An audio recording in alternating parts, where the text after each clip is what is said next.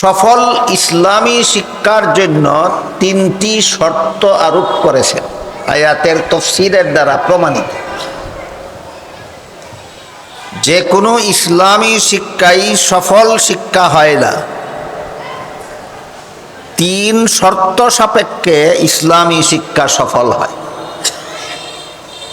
বুঝে থাকলে একটু দয়া করে বলুন তো, বিনা শর্তেই ইসলামী শিক্ষা সফল না তিন শর্ত সাপেক্ষে? তিন শর্ত সাপেক্ষে। একটা শর্ত হলো ইসলামী শিক্ষার আদর্শ সঠিক হতে হবে। দ্বিতীয়টা হলো উদ্দেশ্য শুদ্ধ হতে হবে। তৃতীয়টা হলো বৈশিষ্ট্য রক্ষা হতে হবে।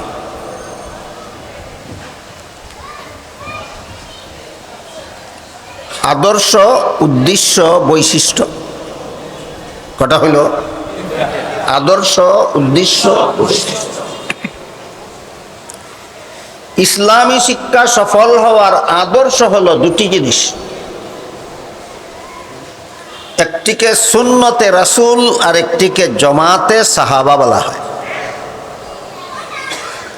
সুন্নতে রাসূল এবং জামাতে সাহাবার মাধ্যমে যে সমস্ত ইসলামী আকীদা বিশ্বাস প্রমাণিত, সেইগুলি বিশ্বাস করতে হবে। সুন্নতে রাসূল এবং জামাতে সাহাবার দ্বারা যে সমস্ত ইসলামী আকীদা বিশ্বাস প্রমাণিত, সেগুলি বিশ্বাস না করে শুধু কোরআন হাদিস এর শিক্ষা গ্রহণ করলেই এই শিক্ষা সফল হবে না, এই শিক্ষা বিফল হতে বাধ্য। ইসলামী শিক্ষা সফল হওয়ার প্রথম শর্ত হল বিশুদ্ধ আদর্শ। সুন্নতে রাসূলের দ্বারা যেসব আকীদা বিশ্বাস প্রমাণিত, জামাতে সাহাবার দ্বারা যে সমস্ত আকীদা বিশ্বাস প্রমাণিত, এই সমস্ত আকীদা বিশ্বাস অন্তরে পোষণ করতে হবে। যেমন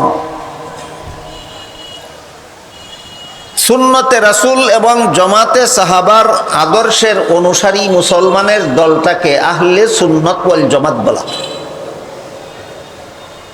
আহলে সুন্নত অর্থই হইল সুন্নতের অনুসারী, ওয়াল জামাতের অর্থই হইল জামাতের অনুসারী।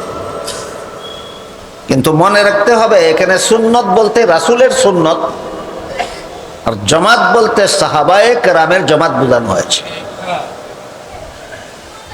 সুন্নতে রাসূল এবং জামাতে সাহাবার অনুসারী মুসলমানদেরকেই আহলে সুন্নাত ওয়াল জামাত বলা হয়। কেউ যদি বেদাতের অনুসারী হয়ে আহলে সুন্নাত ওয়াল জামাত ধারণ করে, আহলে সুন্নাত ওয়াল জামাত নাম ধারণ করে, অথচ সুন্নতের অনুসারী নয়, বেদাতের অনুসারী। কেউ যদি জামাতে সাহাবার অনুসারী না হয়ে সাহাবায়ে কেরামের দুষ অনুসন্ধানে লিপ্ত থাকে, তাইলে আহলে সুন্নাত ওয়াল জামাত নামদারি হলেই আহলে সুন্নাত ওয়াল জামাত গণ্য হবে না। তো সুন্নতে রাসূল এবং জামাতে সাহাবার আদর্শে প্রতিষ্ঠিত মুসলমানের একটি দল সঠিকপন্থী, দলটার নাম আহলে সুন্নাত ওয়াল জামাত। এই আহলে সুন্নাত ওয়াল জামাত এর বিশুদ্ধ আকীদা সমূহের মধ্যে একটা আকীদা হলো সমস্ত নবী রাসূলগণ আজীবন বেগুনাহ। কতদিনের বেগুনাহ? সাহাবাগণ জীবনে, নবীগণ জীবনে কোনোদিন একটা গুনাহও করেন না। তখন আপনি যদি কোনো নবীকে গুনাহগার মনে করেন আর 30 পারা কোরআনের শিক্ষা গ্রহণ করেন, লক্ষ লক্ষ হাদিসের শিক্ষা গ্রহণ করেন আর নবীকে গুনাহগার মনে করেন, তাহলে আপনার কোরআন হাদিসের শিক্ষা ব্যর্থ হতে বাধ্য। এই কোরআন শিক্ষা সফল শিক্ষা নয়, এই কোরআন শিক্ষা ব্যর্থ শিক্ষা। তাই ইসলামী শিক্ষা সফল হওয়ার প্রথম শর্ত হইল আদর্শ ঠিক থাকতে হবে। সুন্নতে রাসূল এবং জামাতে সাহাবার আলোকে কোরআন হাদিসের যে ব্যাখ্যা সাব্যস্ত ওই ব্যাখ্যা মতো কোরআন হাদিস শিখতে হবে। আরো পরিষ্কারভাবে বোঝার জন্য একটি উদাহরণ পেশ করি। যেহেতু আহলে সুন্নাত ওয়াল জামাতের বিশুদ্ধ আকীদা বিশ্বাস হলো সমস্ত নবীগণ বেগুনাহ, তাই আদম আলাইহিস সালাম থেকে নিয়ে মুহাম্মদুর রাসূলুল্লাহ সাল্লাল্লাহু আলাইহি ওয়াসাল্লাম পর্যন্ত সমস্ত নবীকেই বেগুনাহ বিশ্বাস করতেন। কিন্তু অনেক মুসলমান নামধারী সমাজে বাস করে যারা বিভিন্ন নবীর জীবনের বিভিন্ন ঘটনাকে অপব্যাখ্যার মাধ্যমে গুনাহগার সাব্যস্ত করে। তাদের মধ্যে প্রথমে রয়েছেন হযরত আদম আলাইহিস সালাম। আদম আলাইহিস সালামকে আল্লাহ জান্নাতে দিয়ে একটি গাছের ফল খেতে নিষেধ করেছিলেন, কিন্তু শেষ পর্যন্ত ইবলিসের ধোঁকায় পড়ে আদম নিষিদ্ধ গাছের ফল খেয়েছিলেন। এই হলো ঘটনা। এখানে তারা ব্যাখ্যাটা এভাবে করে, বলে আল্লাহর আদেশ নিষেধ লঙ্ঘন করলেই তো গুনাহ হয়, আর আদম যে লঙ্ঘন করলেন সেটা তো কোরআনেই আছে, সুতরাং কোরআনের দ্বারাই সাব্যস্ত হলো আদম গুনাহগার। ব্যাখ্যাটা কিন্তু চটকদার, ব্যাখ্যাটা বড় চটকদার, শুনতে বড় যুক্তিসম্মত মনে হয় যে আল্লাহর আদেশ নিষেধ লঙ্ঘন করলেই গুনাহ হয়, আর আদম যে লঙ্ঘন করেছেন সেটা তো কোরআনেই আছে, সুতরাং কোরআনের আয়াতের দ্বারাই প্রমাণিত আদম গুনাহগার। খুব চটকদার ব্যাখ্যা। এইভাবে যদি কেউ কোরআন শিখে, বলুন তো আপনারা আমার কথাগুলি বুঝে থাকলে তার কোরআন শিক্ষা সফল না বিফল? কারণ কোরআনের যে বিশ্লেষণ তুমি দিয়েছ সেটা সুন্নতে রাসূল এবং জামাতে সাহাবার আদর্শের পরিপন্থী। এই ব্যাখ্যার ভুল কোথায়? এই ব্যাখ্যার অনেক ভুল আছে। এর মধ্যে একটা ভুল হলো, মানুষের কোনো কাজে সওয়াব হয়, কোনো কাজে গুনাহ হয় দুনিয়ার জীবনে। জান্নাতি জীবনের কোনো কাজের সাথে সওয়াবেরও কোনো সম্পর্ক নাই, গুনাহর কোনো সম্পর্ক নেই। এবার বুঝে থাকলে বলুন, মানুষের জীবনে কোনো কাজে সওয়াব হয়, কোনো কাজে গুনাহ হয় কোন জীবনে? জান্নাতি জীবনের কোনো কাজে সওয়াব নাই। এবার বলেন তো, আদম নিষিদ্ধ গাছের ফল খেয়েছিলেন কোন জীবনে? এর সাথে সওয়াবেরও কোনো সম্পর্ক নাই। এইভাবে কোরআন বুঝলে ইসলামী শিক্ষা সফল, ওইভাবে কোরআন বুঝলে ইসলামী শিক্ষা বিফল। বুঝা থাকলে বলুন তো, ইসলামী শিক্ষা গ্রহণ করলেই সফল হয় না শর্ত সাপেক্ষ? এক নম্বর শর্ত আদর্শ। সফল ইসলামী শিক্ষার আদর্শ হইল সুন্নতে রাসূল এবং জামাতে সাহাবা। সফল ইসলামী শিক্ষার আদর্শ সুন্নতে রাসূল এবং জামাতে সাহাবা। এই ব্যাখ্যার দ্বিতীয় ভুল, দুনিয়ার জীবনেও কেউ যদি আল্লাহর নিষিদ্ধতার কথা ভুলে গিয়ে লঙ্ঘন করে তাহলে দুনিয়াতেও গুনাহ হয় না। যেমন রোজাদারকে দিনের বেলায় খাওয়া দাওয়া করতে আল্লাহ নিষেধ করেছে, কিন্তু রোজাদার যদি নিজের রোজার কথা ভুলে গিয়ে খাওয়া দাওয়া করেই ফেলে, আপনাদের জানা থাকলে বলুন তো কি পরিমাণ গুনাহ হয়? কেন? আল্লাহ আদম সম্পর্কে বলেন নাসিয়া আদম, আদম ভুলে গেল। তুমি ভুলে গেলে গুনাহ হয় না, আর তোমার বাবার বাবার বাবা 14 গোষ্ঠীর বাবা আদমে ভুলে গেলে গুনাহ হয়। তোমার ইসলামী শিক্ষা ব্যর্থ। ইসলামী শিক্ষা, এবার বলেন তো ইসলামী শিক্ষা ঢালাও ভাবেই সফল না শর্ত সাপেক্ষে? কত শর্ত? এক নম্বর কি? সুন্নতে রাসূল এবং জামাতে সাহাবা।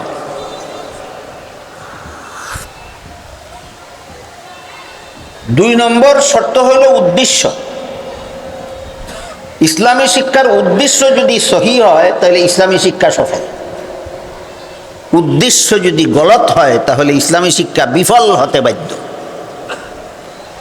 উদ্দেশ্যের বিবরণ দিয়ে আল্লাহ আয়াতাংশে বলেন ওয়ালিয়ুনজিরু কওমাহুম, ইনজারে কওম ইসলামী শিক্ষার উদ্দেশ্য।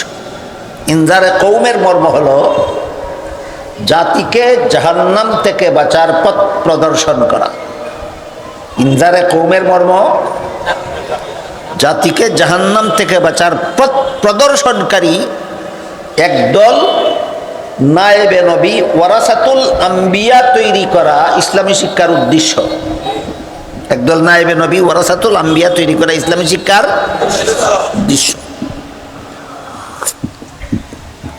কাজেই কোনো আলেম যদি মনে করেন আমি নামাজ রোজা ইবাদত বন্দেগী করি, হালাল হারাম মেনে জীবনযাপন করি, জাতি হারাম কাজে লিপ্ত হয়ে নামাজ রোজা ছেড়ে দিয়ে জাহান্নামে গেলে আমার কিছু আসে যায় না, তার ইসলামী শিক্ষা বিফল হতে বাধ্য। বুঝাতে পারতেছি? বুঝতে পারেন?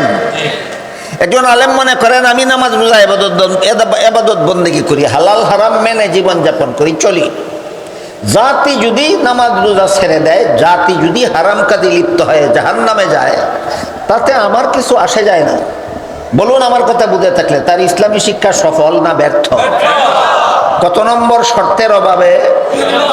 হ্যাঁ, জাতিকে জাহান্নাম থেকে বাঁচার জন্য সতর্ক করা ইসলামী শিক্ষার উদ্দেশ্য।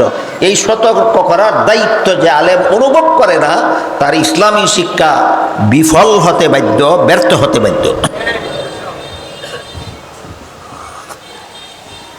3 নম্বর শর্ত হইল বৈশিষ্ট্য। ইসলামী শিক্ষার বৈশিষ্ট্য হল এলেম অনুপাতে আমল, শিক্ষার সাথে দীক্ষা, জানার সাথে মানা। কোন শব্দের দ্বারা বললে আপনারা সহজে বুঝবেন আমার জানা নাই। জানার সাথে মানা, এলিমের সাথে আমল, শিক্ষার সাথে দীক্ষা যদি না থাকে, তার ইসলামী শিক্ষা বিফল হতে বাধ্য। ধরুন কথার কথা এক ব্যক্তি উজুর 4 ফরজ জানে, কিন্তু কোনোদিন উজু করে না। বাংলাদেশে এমন মুসলমান পাওয়া যাবে উজুর 4 ফরজ জানে কিন্তু কোনোদিন উজু করে না? বলেন তো, জানে না না মানে না? শিক্ষা আছে, দীক্ষা নাই। কি আছে কি নাই? আপনারাই বলুন তার শিক্ষা কতটুকু সফল?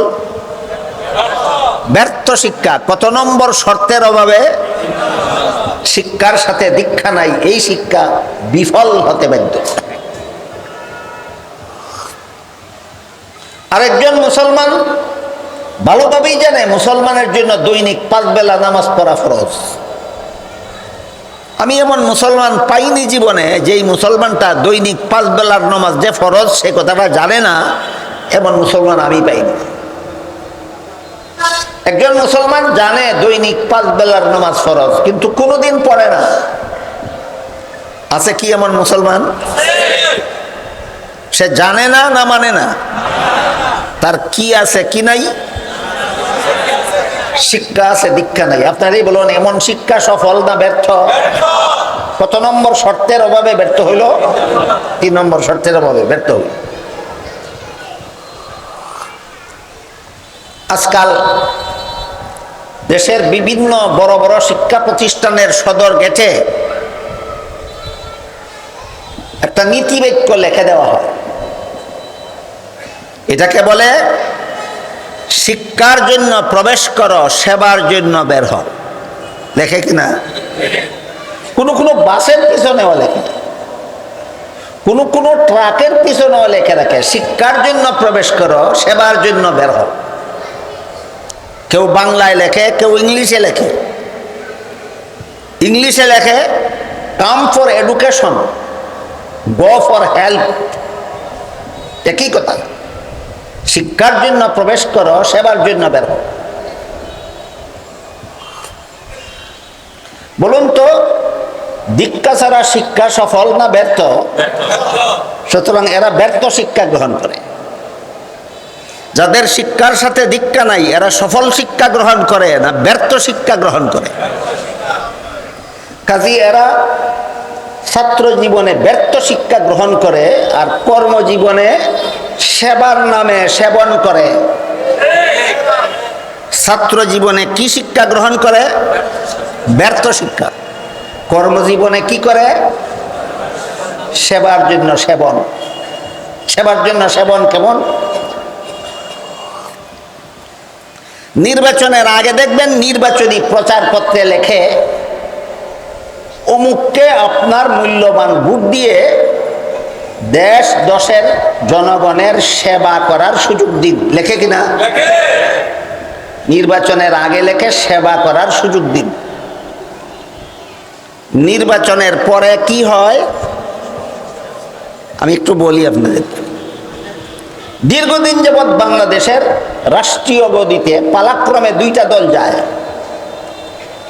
তৃতীয় কোনো দল গদিতে যাইতে পারে না। তৃতীয় কোনো দল গদিতে যাইতে হলে এই প্রধান দুই দলের কোনো এক দলের লেজে ধরতে হয়। তৃতীয় দল গদির ধারে কাছে যেতে হলেও প্রথম দুই দলের কোনো এক দলের লেজে ধরতে হয়। কাজেই সরাসরি দুইটা দলই পালাক্রমে গদিতে যায়, একবার এই দল একবার ওই দল। এই দল গদিতে গিয়ে বলে ওই দলে দেশটা লুটে খেয়েছে, ওই দল গদিতে গিয়ে বলে এই দলে দেশটা লুটে খেয়েছে। উভয় দলে সত্য বলে থাকলে ঘটনাটা কি হয়েছে? যেই দলই গদিতে দেয় সেই দলই দেশ লুটে খায়। কেন? এরা ছাত্র জীবনের শিক্ষা গ্রহণকারী, দীক্ষা গ্রহণকারী নয়। এই জন্য কর্মজীবনে সেবার নামে সেবন করে। ছাত্র জীবনে যারা দীক্ষা গ্রহণ করে না, শুধু শিক্ষা গ্রহণ করে, এরাই কর্মজীবনে সেবার নামে সেবন করে। নির্বাচনের আগের সেবা নির্বাচনের পরে সেবন হয়ে যায়। বানানে খুব একটা বেশ কম নাই। দন্তস্ব একার সে বয়াকার কি হইল? নির্বাচনের পরে বয়ের আকার ফেলে দিয়ে দন্তন্য বসিয়ে দিলেই হয়। নির্বাচনের পরে বয়ের আকার ফেলে দিয়ে দন্তন্য বসিয়ে দিলেই হয়। কিসের ফসল? দীক্ষা ছাড়া শিক্ষার ফসল। কিসের ফসল? এই জন্য আল্লাহ পাক রব্বুল আলামিন ইসলামী শিক্ষা সফল হওয়ার জন্য অত্যন্ত গুরুত্বপূর্ণ তিনটা শর্ত আরোপ করেছেন।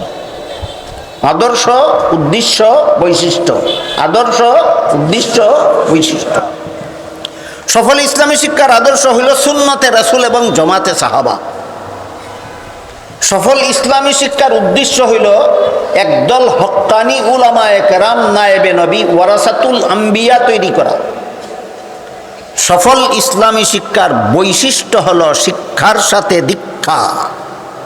সফল ইসলামী শিক্ষার বৈশিষ্ট্য শিক্ষার সাথে দীক্ষা। এই তিনটা বৈশিষ্ট্য বর্তমান দুনিয়াতে যত ইসলামী শিক্ষা প্রতিষ্ঠান আছে, বর্তমান দুনিয়াতে যত ইসলামী শিক্ষা প্রতিষ্ঠান চালু আছে, সবগুলির মধ্যে সবচেয়ে সন্তোষজনকভাবে তিন শর্ত একমাত্র কওমি মাদ্রাসায় পাওয়া যায়। ইসলামী শিক্ষা সফল হওয়ার তিন শর্ত সন্তোষজনকভাবে একমাত্র কওমি মাদ্রাসায় পাওয়া যায়। সন্তোষজনকভাবে। অন্য কোথাও পাওয়া যায় না তা নয়, পাওয়া যায় কিন্তু সন্তোষজনক নয়। সন্তোষজনকভাবে এই ইসলামী শিক্ষা সফল হওয়ার তিন শর্ত কওমি মাদ্রাসায় পাওয়া যায়। এবার আমরা একটু বোঝার চেষ্টা করব কেন সফল ইসলামী শিক্ষার তিন শর্ত সন্তোষজনকভাবে কওমি মাদ্রাসায় পাওয়া যায়। কেন? এই প্রশ্নের অতি সংক্ষিপ্ত জবাব হলো এগুলি মুহাম্মদুর রাসূলুল্লাহর প্রতিষ্ঠিত মাদ্রাসা। এই প্রশ্নের সংক্ষিপ্ত জবাব এগুলি মুহাম্মদুর রাসূলুল্লাহর প্রতিষ্ঠিত মাদ্রাসা। মুহাম্মদুর রাসূলুল্লাহর প্রতিষ্ঠিত মাদ্রাসা আদর্শবিহীন হতেই পারে না, উদ্দেশ্যবিহীন হতেই পারে না, বৈশিষ্ট্য হারা হতেই পারে না। কিন্তু প্রশ্ন জাগে মুহাম্মদুর রাসূলুল্লাহ সাল্লাল্লাহু আলাইহি ওয়াসাল্লাম আজ থেকে প্রায় ১৫০০ বছর আগে দুনিয়ার থেকে বিদায় হয়ে গেছেন। আর সর্বপ্রথম কৌমি মাদ্রাসা দারুল উলুম দেওবন্দ মাদ্রাসা মাত্র প্রায় ১৫০ বছর আগে প্রতিষ্ঠিত হয়েছে। ১৫০ থেকে ২০০ বেশি, বড় জোর, এর বেশি না। যেই নবী ১৫০০ বছর আগে দুনিয়ার থেকে বিদায় হয়ে গেলেন, সেই নবী মাত্র ২০০ বছর আগে কওমি মাদ্রাসা প্রতিষ্ঠার জন্য দুনিয়াতে আসলেন কিভাবে? এই প্রশ্নটা এখানে জাগে। এই প্রশ্নের জবাব বোঝার জন্য আমাদের উপমহাদেশের মাদ্রাসা শিক্ষার ইতিহাসটা মোটামুটিভাবে বোঝা দরকার।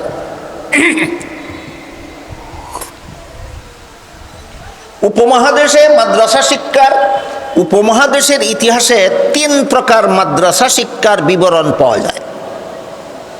এক প্রকার মাদ্রাসা শিক্ষা চালু ছিল উপমহাদেশে মুঘল শাসন আমলে, পাকিস্তান স্বাধীন হওয়ার আগে। পাকিস্তান স্বাধীন হওয়ার আগে ইংরেজরা শাসন করছে ২০০ বছর। ইংরেজরা এই দেশের শাসন ক্ষমতা দখল করার আগে সমগ্র ভারত উপমহাদেশ মুঘল বংশের শাসনকর্তারা শাসন করত। এদেরকে মুঘল শাসনকর্তা বলা হয়। তাদের মধ্যে একজন শাসনকর্তার নাম ছিল বাদশাহ আলমগীর। মুঘল শাসনকর্তাদের আমলে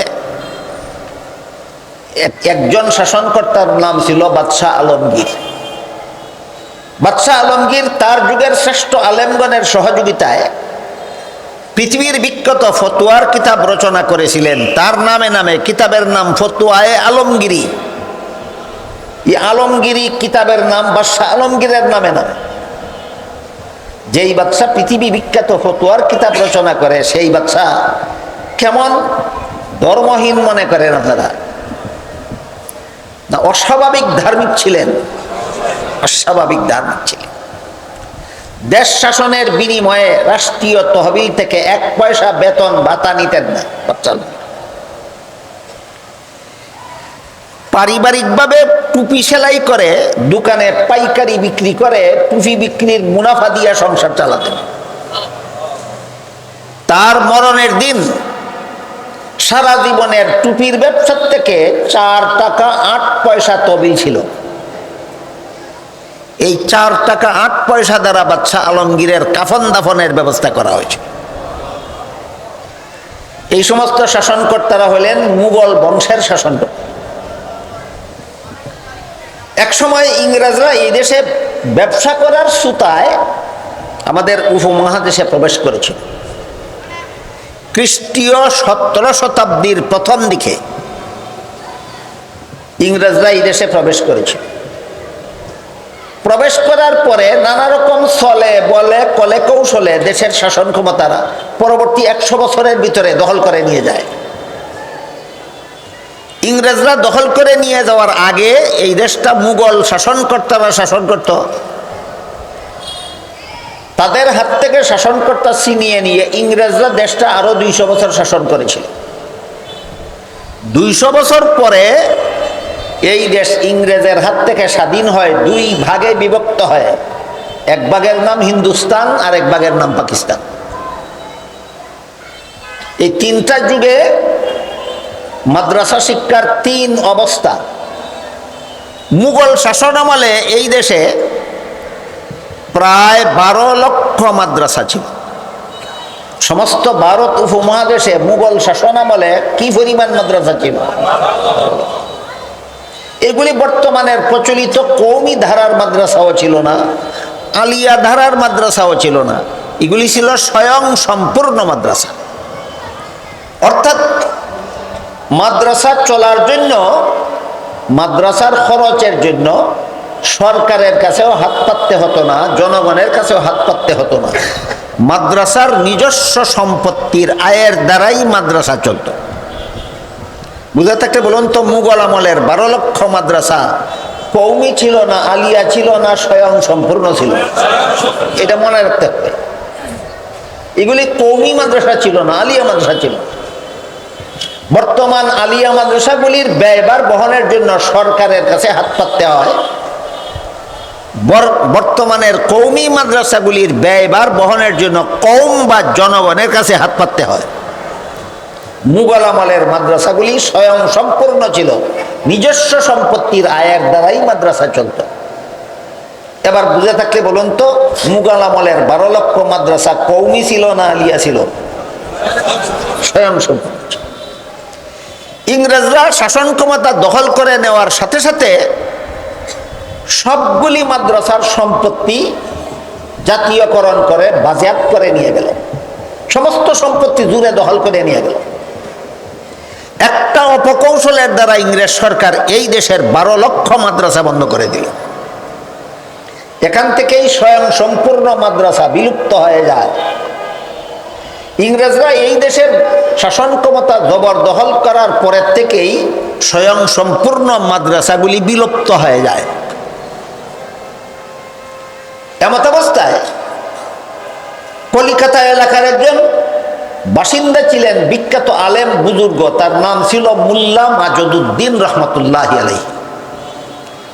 কলিকাতা এলাকার মুসলমানেরা মোল্লা মাজেদুদ্দিনের মাধ্যমে ইংরেজ সরকারের কাছে একটা দরখাস্ত করে যে তোমরা তো আমাদের সবগুলি মাদ্রাসা বন্ধ করে দিয়েছ, কলিকাতা এলাকার বেশিরভাগ বাসিন্দা মুসলমান, অন্তত কলিকাতা এলাকার মুসলমান ছেলেপেলেদেরকে তাদের ইসলাম ধর্মটা শেখার জন্য সরকার প্রতিষ্ঠিত মাদ্রাসা। যেহেতু কওমি ফাউন্ডেশন নামে আপনারা বিজ্ঞাপনে লিখেছেন, এই জন্য কওমি ফাউন্ডেশন বলতে কি বুঝবো আমরা একটু মোটামুটি আপনাদের ধারণা দেওয়ার জন্য আলোচনাটা করলাম। যদি আপনারা বুঝে থাকেন তাহলে শুধু এতটুকু অনুরোধ করব, যেই মাদ্রাসা মুহাম্মদুর রাসূলুল্লাহর প্রতিষ্ঠিত মাদ্রাসা, এই মাদ্রাসায় লেখাপড়া করে আদর্শ বিবর্জিত হতে পারে না, এই মাদ্রাসায় লেখাপড়া করে উদ্দেশ্য ভ্রষ্ট হতে পারে না, এই মাদ্রাসায় লেখাপড়া করে দীক্ষাবিহীন শিক্ষায় শিক্ষিত হতে পারে না। আল্লাহ আমাদের সবাইকে বিষয়টা অনুধাবন করার তৌফিক দান করুন, আমিন। সুবহান রাব্বিকা রাব্বিল ইজ্জাতি আম্মা ইয়াসিফুন ওয়া সালামুন আলাল মুরসালিন আলহামদুলিল্লাহি রাব্বিল আলামিন। কলিকাতা এলাকার মুসলমানদের এই দরখাস্ত ইংরেজ সরকার মঞ্জুর করে 1781 খ্রিস্টাব্দে লর্ড ওয়ারেন হেস্টিংস কলিকাতায় একটা সরকারি মাদ্রাসা সরকারি খরচে প্রতিষ্ঠা করে দেয় এবং তার নাম দেয় কলিকাতা আলিয়া মাদ্রাসা। এখান থেকে আলিয়া মাদ্রাসার ইতিহাস শুরু, মনে রাখবেন, একটু পরে দরকার হবে। আলিয়া মাদ্রাসার ইতিহাস কত সন থেকে শুরু? 1781 খ্রিস্টাব্দে লর্ড ওয়ারেন হেস্টিংস কলিকাতার মুসলমানদের আবেদনের প্রেক্ষিতে একটা মাদ্রাসা প্রতিষ্ঠা করে দেয়, নাম দেয় কলিকাতা আলিয়া মাদ্রাসা। এই অবস্থায় যখন সারা দেশের 12 লক্ষ মাদ্রাসা বন্ধ করে মাত্র একটা মাদ্রাসা প্রতিষ্ঠা করে দিল, আরো অনেক ইসলামের ক্ষতি, মুসলমানের ক্ষতি, দেশের ক্ষতি, জনগণের ক্ষতি, অনেক কাজ করলো, তখনকার উপমহাদেশের একজন শ্রেষ্ঠ আলেম ছিলেন শাহ আব্দুল আজিজ মুহাদ্দিসে দেহলভী রহমতুল্লাহ। তার মতো এত বড় আলিম তখন উপমহাদেশ দ্বিতীয় কেউ ছিল না। তিনি ছিলেন উপমহাদেশের সবচেয়ে বড় আলিম তার যুগের, শাহ আব্দুল আজিজ। তিনি হযরত উমর ফারুক রাদিয়াল্লাহু আনহুর বংশধর। শাহ আব্দুল আজিজ কার বংশধর? হযরত উমর ফারুকের বংশধর। তিনি একটা ঐতিহাসিক বিপ্লবী ফতোয়া চালু করলেন। সেটা হলো, আমাদের দেশের শাসন ক্ষমতা ইংরেজরা ডাকাতি করে দখল করেছে, এই ডাকাতদের হাত থেকে দেশের স্বাধীনতা উদ্ধার করার জন্য সমস্ত মুসলমানদের জন্য মুক্তিযুদ্ধে ঝাঁপিয়ে পড়া ফরজ। একজন মুসলমানের জন্য মুক্তিযুদ্ধ এড়িয়ে চলা হালাল নয়। একজন মুসলমানের জন্য যেহেতু যুদ্ধে অংশগ্রহণ না করে বেঁচে থাকা হালাল নয়, ফতোয়া দিয়েছিলেন। এই জন্য ইতিহাসের পাতায় তার ফতোয়াটাকে বিপ্লবী ফতোয়া নামে আখ্যায়িত করা হয়েছে। তখনকার উপমহাদেশে মুসলমানদের সংখ্যা ছিল 10 কোটি, অমুসলমানরা ছিল 30 কোটি, মোট 40 কোটি লোক ছিল তখন। শাহ আব্দুল আজিজের ফতোয়ায় 10 কোটি মুসলমানের 10 কোটি একসাথে ইংরেজের বিরুদ্ধে মুক্তিযুদ্ধে ঝাঁপিয়ে পড়ে। 10 কোটি মুসলমানের 10 কোটি, যার যেভাবে সামর্থ্য আছে সেইভাবে। আমার হাতে সময় থাকলে বলে দিতাম, যে ইসলামের ঘোষিত হালাল যুদ্ধে সর্বস্তরের মুসলমান অংশগ্রহণ করার পদ্ধতি কয়টা এবং কি কি সেই আলোচনা করার সময় আমার হাতে নেই। শুধু আমরা মনে রাখি, যার যেভাবে অংশগ্রহণ করার সুযোগ সে সেইভাবেই এই মুক্তিযুদ্ধে অংশগ্রহণ করে। শেষ পর্যন্ত 30 কোটি অন্যান্য জাতিরাও এই মুক্তিযুদ্ধে শরীক হইল। যখন ইংরেজ শাসকের বিরুদ্ধে 10 কোটি মুসলমান একসাথে মুক্তিযুদ্ধে অংশগ্রহণ করেছিল, কলিকাতা আলিয়া মাদ্রাসার ছাত্র শিক্ষকরাও তখন মুক্তিযুদ্ধে অংশগ্রহণ করেছিল। এবার বলুন, মাদ্রাসা প্রতিষ্ঠা করে দিয়েছিল কে? মাদ্রাসার খরচ বহন করে কে? এই মাদ্রাসায় লেখাপড়া করায় তারাও ইংরেজ সরকারের বিরুদ্ধে যুদ্ধে ঝাঁপিয়ে পড়ে। এখান থেকে ইংরেজ সরকার আলিয়া মাদ্রাসাকে 12টা বাজাবার পরিকল্পনা গ্রহণ করে। আলিয়া মাদ্রাসাকে ইংরেজ সরকার কিভাবে 12টা বাজালো তার ইতিহাস বড় করুন। 1 নম্বর, কলিকাতা আলিয়া মাদ্রাসা থেকে হাদিস তফসিরের কিতাব সিলেবাস থেকে বাদ দিয়ে দিল। মাদ্রাসায় পড়তে পারবা মুসলমান, হাদিস পড়তে পারবা না, কোরআন শিখতে পারবা না। 2 নম্বর, আইন পাশ করে দিল শুধুমাত্র ইংরেজি ভাষার মাধ্যমে যারা লেখাপড়া করবে এদেরকেই সরকার শিক্ষিত গণ্য করবে। বাংলা, উর্দু, ফার্সি, আরবি ভাষার মাধ্যমে যারা লেখাপড়া করবে এদেরকে সরকার অশিক্ষিত, মূর্খ গণ্য করবে। 3 নম্বর, ইংরেজ সরকার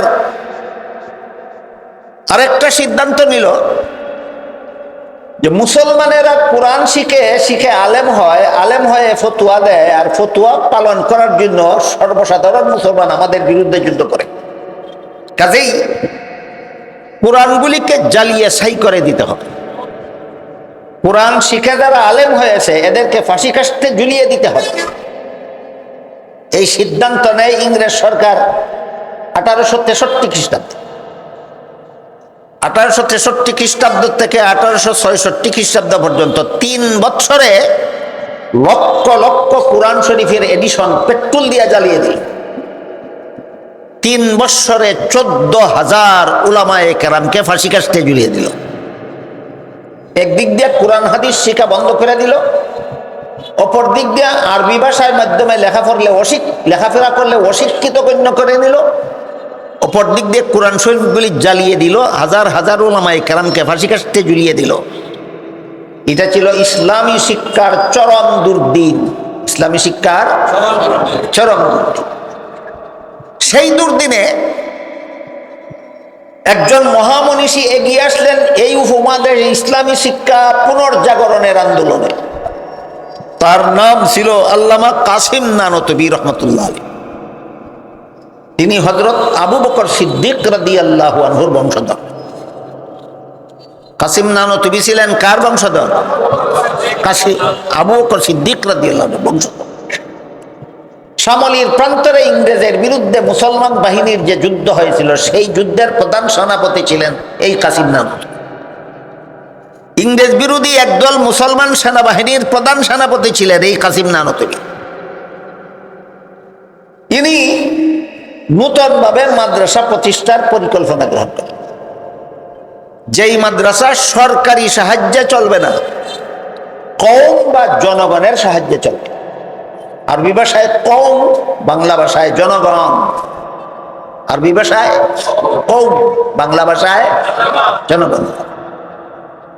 জনগণের আর্থিক সহযোগিতায় মাদ্রাসা চলবে, আর সরকারি সহযোগিতা নয়। কারণ সরকারি সহযোগিতায় আলিয়া মাদ্রাসা প্রতিষ্ঠিত হওয়ার কারণে ইংরেজ সরকার আলিয়া মাদ্রাসাটাকে 12টা বাজাবার সুযোগ পেয়েছিল। ইংরেজ সরকার আলিয়া মাদ্রাসাকে 12টা বাজাবার সুযোগ পেয়েছিল। এখানে আলিয়া মাদ্রাসার পরবর্তী একটু ইতিহাস আমাদের মনে রাখা দরকার। 1866 খ্রিস্টাব্দে আল্লামা কাসিম নানতবী রহমতুল্লাহি আলাইহি সর্বপ্রথম কওমি মাদ্রাসা দারুল উলুম দেওবন্দ মাদ্রাসা প্রতিষ্ঠা করেন। লর্ড ওয়ারেন হেস্টিংস 1781 খ্রিস্টাব্দে সর্বপ্রথম আলিয়া মাদ্রাসা কলিকাতা আলিয়া প্রতিষ্ঠা করেছিল। আর 1866 খ্রিস্টাব্দে কাসিম নানতুবি সর্বপ্রথম কওমি মাদ্রাসা দারুল উলুম দেওবন্দ মাদ্রাসা প্রতিষ্ঠা করেছেন। এখানে একটা প্রশ্ন জায়গা স্বাভাবিক, সেটা হলো কলিকাতা আলিয়া মাদ্রাসা 85 বছর আগে প্রতিষ্ঠিত, দেওবন্দ মাদ্রাসা 85 বছর পরে প্রতিষ্ঠিত। Lord Warren Hastings Calcutta Alia Madrasa প্রতিষ্ঠা করল 1781 খ্রিস্টাব্দে। কাসিম নানুতুবি দেওবন্দ মাদ্রাসা প্রতিষ্ঠা করলেন 1866 খ্রিস্টাব্দে। দুই মাদ্রাসার মধ্যবর্তী সময়ের ব্যবধান 85 বছর। তাই প্রশ্ন জাগে, 85 বছর আগে যেই দেশে আলিয়া মাদ্রাসা প্রতিষ্ঠিত হয়েছিল, 85 বছর পরে সেই সমাজে নূতনভাবে কওমি মাদ্রাসা প্রতিষ্ঠা করতে গেলেন কেন? এইটা হলো প্রশ্ন। এর ঐতিহাসিক জবাব, এই 85 বছরে ইংরেজ সরকার আলিয়া মাদ্রাসাটাকে 12টা বাজিয়ে দিয়েছিল। প্রশ্নের ঐতিহাসিক জবাব কি? ইংরেজ সরকার আলিয়া মাদ্রাসাকে 85 বছরে 12টা বাজিয়ে দিয়েছিল। তারপরে 1947 সালে দেশ স্বাধীন হইল। হিন্দুদের জন্য হিন্দুস্তান, মুসলমানদের জন্য পাকিস্তান। স্বাধীন হওয়ার পরে আবার একটা আন্দোলন হইল, কলিকাতা আলিয়া মাদ্রাসা মুসলমানদের ইসলামী শিক্ষা প্রতিষ্ঠান, এটা হিন্দুদের দেশে পড়ে গেছে। আন্দোলন করে কলিকাতা আলিয়া মাদ্রাসাকে ঢাকায় স্থানান্তরিত করে বর্তমানের বক্সিবাজারে স্থাপন করা হয়। 1947 সালের পরে কলিকাতা আলিয়া মাদ্রাসাকে ঢাকায় স্থানান্তরিত করা হয়। এইটাই বর্তমান ঢাকা আলিয়া মাদ্রাসা নামে বক্সিবাজারে দাঁড়িয়ে আছে। ইতিহাস বুঝে থাকলে বলুন, বর্তমান ঢাকা আলিয়া কি ঢাকার প্রতিষ্ঠিত না কলিকাতার থেকে স্থানান্তরিত? এই ইতিহাসটা আপনাদের জানা থাকা দরকার। বর্তমান ঢাকা আলিয়া মাদ্রাসা ঢাকায় প্রতিষ্ঠিত নয়, এটা কলিকাতার থেকে স্থানান্তরিত। 1781 সালে কলিকাতায় প্রতিষ্ঠা হয়েছিল, 1947 সালের পরে ঢাকায় স্থানান্তর করা হল। এর মাঝামাঝি সময়ে 1866 খ্রিস্টাব্দে দারুল উলুম দেওবন্দ প্রতিষ্ঠা হয়ে গেল। কলিকাতায় থাকাকালেই আলিয়া মাদ্রাসা থেকে হাদিসের কিতাব, তফসিরের কিতাব বাদ দেওয়া হয়েছিল। ঢাকায় স্থানান্তর করার পরে বর্তমান বাংলাদেশের আলিয়া মাদ্রাসাগুলিতে দারুল উলুম দেওবন্দের অনুসরণে সিহাসিত্তার হাদিস সিলেবাসভুক্ত করা হয়। বর্তমানে যত আলিয়া মাদ্রাসার কামিল ক্লাসে সিহাসিত্তার হাদিস পড়ানো হয়, সিলেবাসভুক্ত হয় দারুল উলুম দেওবন্দের অনুসরণে। বুঝে থাকলে বলুন তো, বর্তমান আলিয়া মাদ্রাসার কামিল ক্লাসে সিহাসিত্তার হাদিস সিলেবাসভুক্ত হলো কার অনুসরণে? সুতরাং বর্তমান সময়ের সমস্ত আলিয়া মাদ্রাসা প্রথম কওমি মাদ্রাসা দারুল উলুমের কাছে ঋণী। প্রথম কওমি মাদ্রাসা দারুল উলুম দেওবন্দের কাছে ঋণী। এরপরে আলিয়া মাদ্রাসার শিক্ষা ব্যবস্থায় যুগে যুগে পরিবর্তন হতেই চলেছে। এবার আমরা দারুল উলুম দেওবন্দের প্রতিষ্ঠার দিকে যাই। আল্লামা কাসিম নানুতুবি রহমতুল্লাহি আলাইহি 1866 খ্রিস্টাব্দে কলিকাতা আলিয়া মাদ্রাসা প্রতিষ্ঠিত হওয়ার আরো 85 বছর পরে আর সরকারি মাদ্রাসা নয়, এবার কওমি মাদ্রাসা প্রতিষ্ঠা করার প্রয়োজনীয়তা উপলব্ধি করে যিনি কয়েকজনকে নিয়ে পরামর্শ করে সিদ্ধান্ত করলেন। কয়েকজন তার অনুষঙ্গী ছিলেন। অনুষঙ্গীদের মধ্যে একজন অনুষঙ্গীর নাম ছিল মৌলানা রফিউদ্দিন রহমতুল্লাহ আলী। কাসিম নানুতুবি যার যে সমস্ত অনুষঙ্গী নিয়ে কওমি মাদ্রাসা প্রতিষ্ঠার পরিকল্পনা গ্রহণ করেছিলেন, অনুষঙ্গীদের মধ্যে একজনের নাম ছিল মৌলানা রফিউদ্দিন। মৌলানা রফিউদ্দিন স্বপ্নে দেখেন মুহাম্মদুর রাসূলুল্লাহ সাল্লাল্লাহু আলাইহি ওয়াসাল্লাম নিজের হাতের লাঠি মুবারক দ্বারা ভারতের উত্তরপ্রদেশের দেওবন্দ নামক পল্লীতে এক জায়গায় রেখা টেনে দিয়ে বললেন, তোমাদের পরিকল্পিত মাদ্রাসার ঘর আমার অঙ্কিত রেখায় রেখায় নির্মাণ করবা। এটা তো স্বপ্নের ঘটনা, কিন্তু ঘুম ভাঙ্গার পরে বাস্তবেও স্বপ্নে দেখা রাসূলের লাঠি মুবারকের দাগ বিদ্যমান পাওয়া গেল। সেই দাগে দাগে সর্বপ্রথম কওমি মাদ্রাসা দারুল উলুম দেওবন্দ মাদ্রাসার ঘর নির্মাণ করা হলো। এতটুকু ইতিহাস যাদের জানা নাই, তাদেরকে যদি আপনি বলেন মাদ্রাসা শিক্ষার আদর্শ উদ্দেশ্য বৈশিষ্ট্য কওমি মাদ্রাসায় সন্তোষজনকভাবে পাওয়া যায় কেন, যদি বলেন মুহাম্মদুর রাসূলুল্লাহর প্রতিষ্ঠিত হওয়ার কারণে, কিছুই বুঝবে না। ইতিহাসটা না জানলে কি কথাটা বুঝবে? আপনারা যারা ইতিহাসটা বুঝলেন এবার বলুন, সর্বপ্রথম কওমি মাদ্রাসার ঘর নির্মাণ করা হয় কার অঙ্কিত রেখায় রেখায়? রফিউদ্দিন স্বপ্নে দেখলেন আল্লাহ রসুল নিজের হাতের লাঠি মুবারক দ্বারা রেখা টেনে দিয়ে বললেন, তোমাদের পরিকল্পিত মাদ্রাসার ঘর আমার অঙ্কিত রেখায় রেখায় নির্মাণ করবা। ঘুম ভাঙ্গার পরে সেই রেখা বিদ্যমান পাওয়া গেল এবং সর্বপ্রথম কওমি মাদ্রাসার ঘর দারুল উলুম দেওবন্দ মাদ্রাসা রসুলের লাঠি মুবারকের অঙ্কিত রেখায় রেখায় নির্মাণ করা হলো। সুতরাং কওমি মাদ্রাসাগুলি মুহাম্মদুর রাসূলুল্লাহর প্রতিষ্ঠিত মাদ্রাসা। পরবর্তীতে উপমহাদেশে যত কওমি মাদ্রাসা প্রতিষ্ঠিত হয়েছে, এর মধ্যে বর্তমান বাংলাদেশে কওমি মাদ্রাসার সংখ্যা হইল 30,000। বর্তমান বাংলাদেশে কওমি মাদ্রাসার সংখ্যা 30,000।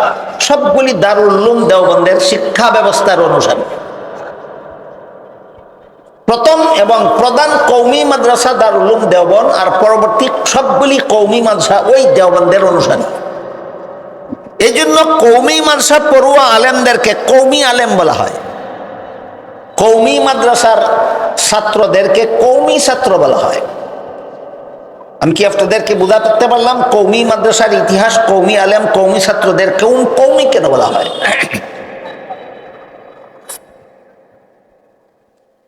যখন দারুল উলুম দেওবন্দ মাদ্রাসা প্রতিষ্ঠা করা হয়, তখন একজন উস্তাদকে নিয়োগ দেওয়া হলো শিক্ষক হিসাবে। দারুল উলুম দেওবন্দ মাদ্রাসার প্রথম শিক্ষকের নাম ছিল মোল্লা মাহমুদ। একজন ছাত্রকে ভর্তি করা হয়েছিল ছাত্র হিসাবে, তার নাম ছিল মাহমুদুল হাসান। দেওবন্দ মাদ্রাসার প্রথম ছাত্রের নাম মাহমুদুল হাসান, প্রথম শিক্ষকের নাম মোল্লা মাহমুদ। প্রথম মুহতামিম বা প্রিন্সিপালের নাম সৈয়দ আবিদ হুসাইন। দেওবন্দ মাদ্রাসার প্রথম মুহতামিম সৈয়দ আবিদ হুসাইন, প্রথম উস্তাদ মোল্লা মাহমুদ, প্রথম ছাত্র মাহমুদুল হাসান। এই মাদ্রাসার ঘরটা যেহেতু রাসূলের স্বপ্নে দেখা, রাসূলের হাতের লাঠি মুবারকের রেখায় রেখায় অঙ্কিত ছিল এবং এই মাদ্রাসার অনুকরণেই সবগুলি কওমি মাদ্রাসা প্রতিষ্ঠিত, এই জন্য ইতিহাসের সারমর্ম দাঁড়ালো কওমি মাদ্রাসাগুলি মুহাম্মদুর রাসূলুল্লাহর প্রতিষ্ঠিত মাদ্রাসা। এখানে আনুষঙ্গিকভাবে দুই একটা প্রশ্ন আছে। একটা প্রশ্ন হইল, স্বপ্ন যুগে রসুল রেখা টেনে দিয়েছিলেন, সেই রেখায় রেখায় সর্বপ্রথম কওমি মাদ্রাসা দারুল উলুম দেওবন্দ মাদ্রাসার ঘর নির্মাণ করা হয়েছিল, এর কি কোনো ঐতিহাসিক ভিত্তি আছে নাকি মুখস্থ করা কথা? মুখস্থ করা কথা নয়, ঐতিহাসিক ভিত্তি আছে। উপমহাদেশের যত বিখ্যাত ইতিহাস গ্রন্থ আছে, এর মধ্যে একটা প্রসিদ্ধ ইতিহাস গ্রন্থের নাম হলো তারিখে দারুল উলুম দেওবন্দ, উর্দু ভাষায় লেখা। বাংলাদেশ ইসলামিক ফাউন্ডেশনের পক্ষ থেকে এর বাংলা অনুবাদও প্রকাশিত হয়েছে। অনুদিত বাংলা গ্রন্থটার নাম হইল দারুল উলুম দেওবন্দের ইতিহাস, কয়েক হাজার পৃষ্ঠা বিশিষ্ট। সেই ইতিহাসের ভূমিকায় যারা উর্দু বুঝেন না, বাংলা বুঝেন, বাংলাটাই পরে দেখতে পারেন, ভূমিকায় পরিষ্কার ভাষায় লেখা আছে আল্লাহ রসুল স্বপ্ন যুগে রেখা টেনে দিয়েছিলেন, সেই রেখা ঘুম ভাঙ্গার পরেও বাস্তবে বিদ্যমান পাওয়া গেছিল। সেই রেখায় রেখায় সর্বপ্রথম কওমি মাদ্রাসা দারুল উলুম দেওবন্দ মাদ্রাসার ঘর নির্মাণ করা হয়েছিল। ইতিহাস এই দারুল উলুম তারিখে দারুল উলুম দেওবন্দ নামক ইতিহাস গ্রন্থের ভূমিকায় সুস্পষ্ট ভাষায় লেখা আছে। তাইলে বুঝে থাকতে বলুন, রাসূলের অঙ্কিত রেখায় রেখায় সর্বপ্রথম কওমি মানুষের ঘর নির্মাণ করা হয়েছিল। এটা কি তুতির জুড়ে পড়া পুঁতির কথা না ঐতিহাসিক সত্য? এই হলো একটা প্রশ্ন এবং তার জবাব। আরেকটা প্রশ্ন এখানে জাগতে পারে যে দেওবন্দ মাদ্রাসার ঘর নির্মাণের জন্য ফাউন্ডেশনের রেখাটি টেনে দিতে যদি রাসূল আসতে পারেন, তাইলে রাসূল আমাদের মিলাদ মাহফিলে আর জশ্নে জুলুসের মিছিলে আসতে পারবেন না কেন? দেওবন্দ মাদ্রাসার ফাউন্ডেশনের রেখা টেনে দেওয়ার জন্য যদি রাসূল আসতে পারেন, তাহলে আমাদের মিলাদ শরীফে আসতে পারবেন না কেন? জশ্নে জুলুসে আসতে পারবেন না কেন? এই প্রশ্নের জবাব বোঝার আগে আমি আপনাদেরকে একটা কথা জিজ্ঞাসা করব, বুঝলে জবাব দিবেন, না বুঝলে নীরব থাকবেন, জবাব আমি দেব। সেটা হইল, আমরা রাসূলের মুজিজায় বিশ্বাসী। আপনারা কি বিশ্বাসী? মুজিজা কি লৌকিক কর্মকাণ্ডকে বলে না অলৌকিক? আমরা রাসূলের অলৌকিকতায় বিশ্বাসী। দেওবন্দের মাটিতে রেখা টেনে দেওয়ার জন্য যদি মদিনায় শায়িত রাসূলকে দেওবন্দে আসতে হয়, এটা অলৌকিক হয় না, সেটা লৌকিক হয়। বুঝেন কথা? মদিনার নবীকে যদি দেওবন্দের মাটিতে রেখা টেনে দেওয়ার জন্য আসতে হয়, তাহলে সেটা অলৌকিক থাকে না লৌকিক হয়? আপনারা কি নবীর লৌকিকতায় বিশ্বাসী না অলৌকিক? অলৌকিক। সুতরাং এটা নবীর অলৌকিক ব্যাপার। তিনি এখানে আসেননি, সেখানে শুয়ে থেকে ইশারার দ্বারা রেখা অঙ্কন করে দিয়েছেন। আমরা যারা নবীর অলৌকিকতায় বিশ্বাসী, তারা এখানে রেখা টেনে দেওয়ার জন্য এসেছিলেন এই কথা মানি না। আমাদের এখানেও আসেননি, তোমাদের ওখানেও আসেন না। আমাদের এখানেও আসেননি, তোমাদের ওখানেও আসেন না।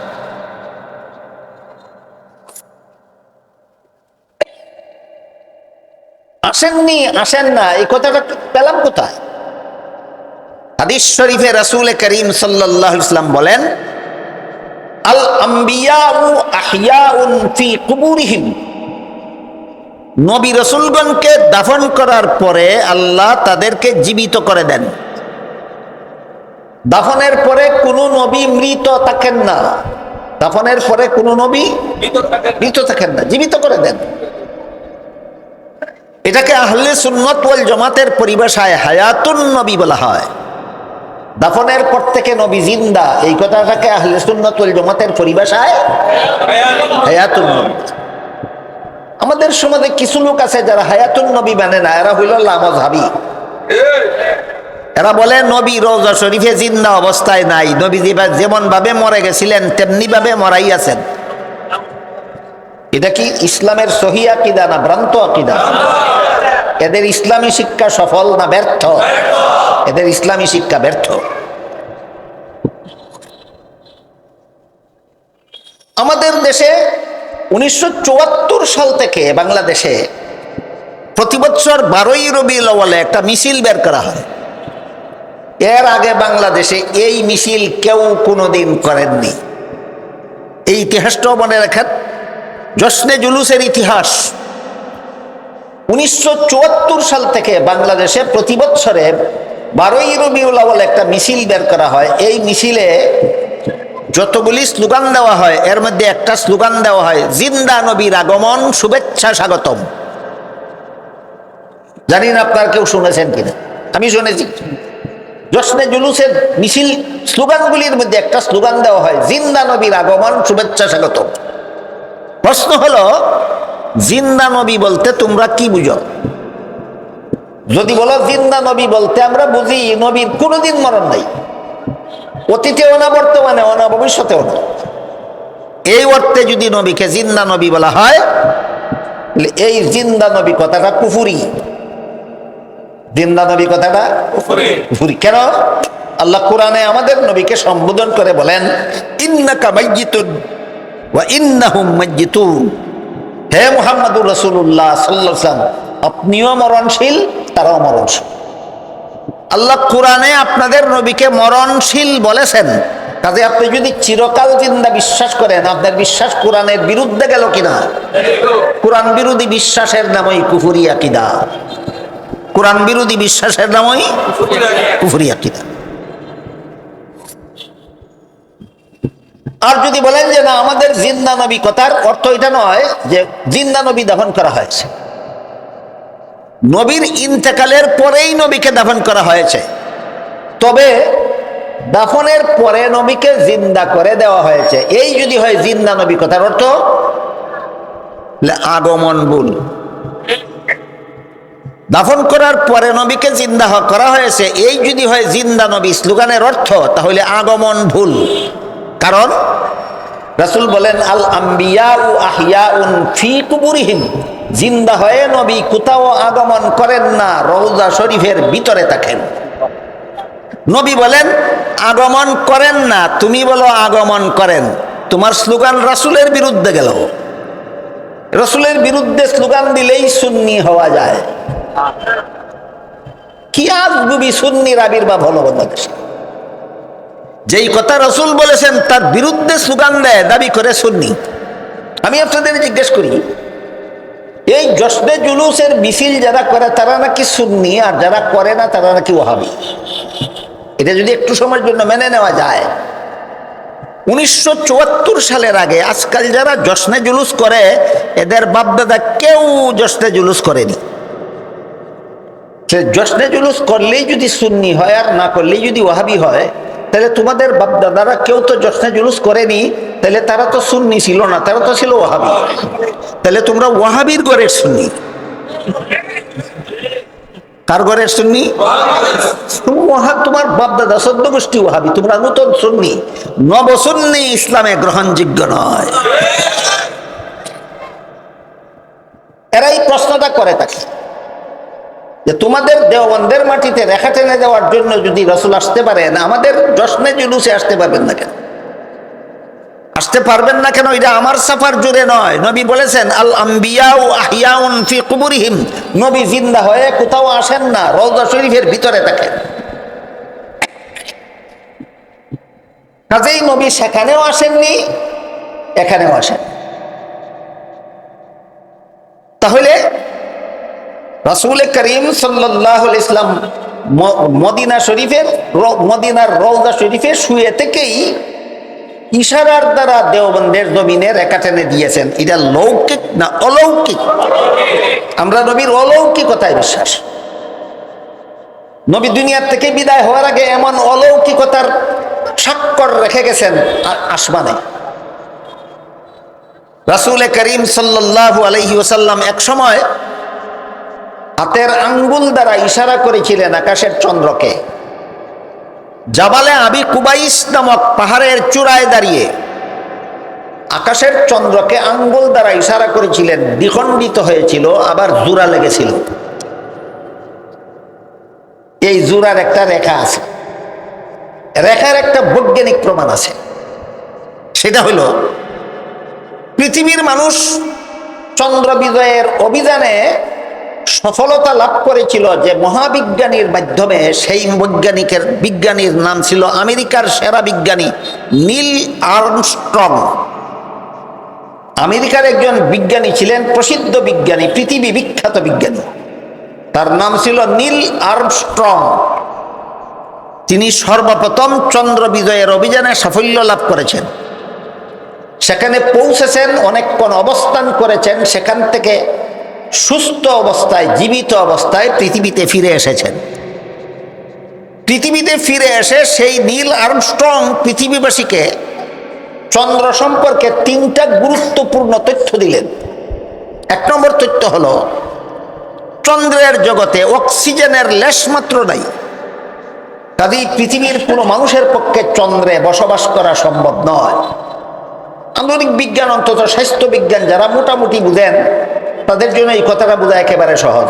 যেই জগতে অক্সিজেন নাই, সেই জগতে কোনো মানুষের বসবাস করা সম্ভব নয়। এটা একটা বৈজ্ঞানিক ব্যাপার। আমি ওই ব্যাপার যদি আপনাদেরকে বোঝাতে যাই, তার মূল কথা থেকে অনেক দূরে সরে যেতে হবে।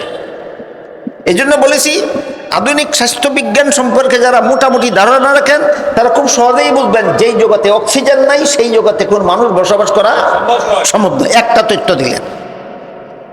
2 নম্বর তথ্য দিলেন, চন্দ্রের ভূমিতে উর্বরতা শক্তির লেশ মাত্র নাই, সুতরাং চন্দ্রের ভূমিতে কোনোদিন ফসল ফলানো সম্ভব নয়। 2 নম্বর তথ্য। 3 নম্বর তথ্য দিলেন, আমি চন্দ্রে অবস্থানকালে চন্দ্রের এক পাশ থেকে অপর পাশ পর্যন্ত একটা কালো রেখা দেখতে পেলাম। সেই কালো রেখার থেকে কিছু পদার্থ নিয়ে পৃথিবীতে ফিরে এসে আমেরিকার বৈজ্ঞানিক গবেষণাগারে একাধারে 6 মাস গবেষণা করে তথ্য উদ্ঘাটন করলাম কেন চন্দ্রে সেই রেখা সৃষ্টি হলো। তার কারণ হলো আজ থেকে 1300 অথবা 1400 বছর পূর্বে চন্দ্র 2 টুকরা হয়ে গেছিল, আবার জোড়া লেগেছিল, এই জন্য তাতে কালো রেখার সৃষ্টি হয়েছে। এটা কত নম্বর তথ্য? 3 নম্বর। এবার বলুন, মুহাম্মদুর রাসূলুল্লাহ জবালে আবু কুবাইসের চূড়ায় দাঁড়িয়ে আকাশের চন্দ্রকে আঙ্গুল দ্বারা ইশারা করেছিলেন, 2 টুকরা হয়ে গেছিল, জোড়া লেগেছিল। রেখা নীল আর্মস্ট্রং এর তথ্য মতো আজও পর্যন্ত বিদ্যমান কিনা? 1400 বছর আগের আঙ্গুলের ইশারার রেখা চন্দ্রে 1400 বছর পর আজও পর্যন্ত বিদ্যমান। যে নবীর আঙ্গুলের ইশারায় আকাশের চন্দ্রে রেখা অঙ্কিত হতে পারে, সেই নবীর ইশারায় দেওবন্দের জমিনে ফাউন্ডেশনের রেখা অঙ্কিত হতে পারে না।